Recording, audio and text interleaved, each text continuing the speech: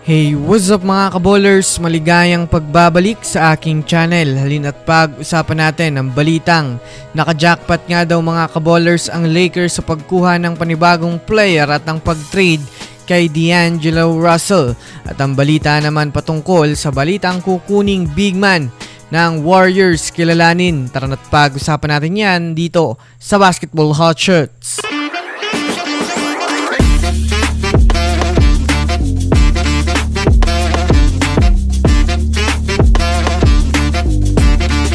Una nga muna tayong dumako mga kaballers sa balitang naka-jackpot nga daw ang Lakers sa pagkuha ng bagong player at pag-trade kay D'Angelo Russell.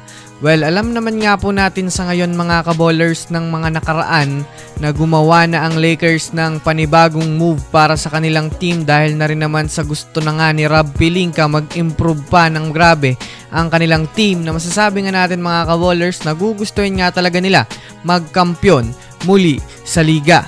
Nauna nga po mga kaballers na ginawa nilang galaway ang pag-trade nila kay D'Angelo Russell sa Brooklyn Nets at ang pangalawa naman ay ang pagkuha nila mga kaballers kay Dorian Finney-Smith kapalit ni D'Angelo Russell. Marami nga pong mga fans ang nagsasabi ngayon mga kaballers na naka-jackpot nga daw ang Lakers sa pagkuha kay Dorian Finney-Smith dahil sa maaasahan nga daw talaga itong forward na maaaring makatulong kay LeBron James at Anthony Davis dahil sa pagiging masipag nito sa mapa-opensa man o depensa. Naka-jackpot rin naman nga po mga kaballers ang Lakers o sa ibang salita, mas naging maayos ang desisyon ng Lakers ngayon na bitawan nga nila itong si D'Angelo Russell dahil kasalukuyang nakaranas naman nga ito ngayon ng struggle sa pagdedepensa na yan naman nga po ang pinakakailangan ng Lakers na mawala sa kanila.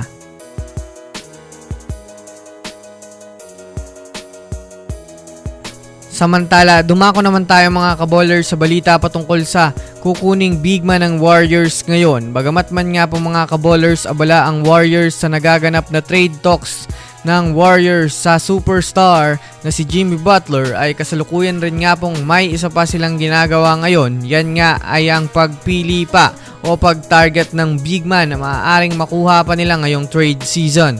Kahit man nga po mga kaballers, balak nila na kumuha pa ng panibagong superstar ay masasabi nga natin mga kaballers na kakailanganin pa rin nga talaga nila pa-improvein ang kanilang front court dahil isa pa nga yan mga kaballers sa kinakaharap nilang problema kapag may mga matatangkad silang lineup na nakakatapat.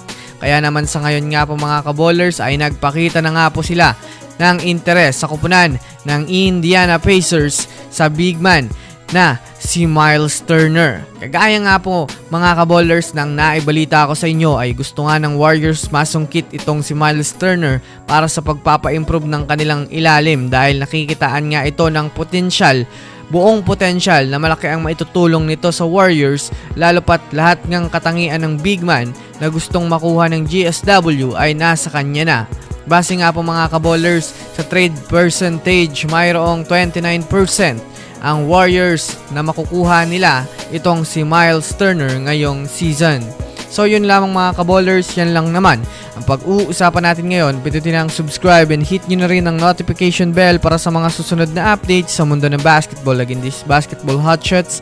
Thanks for watching.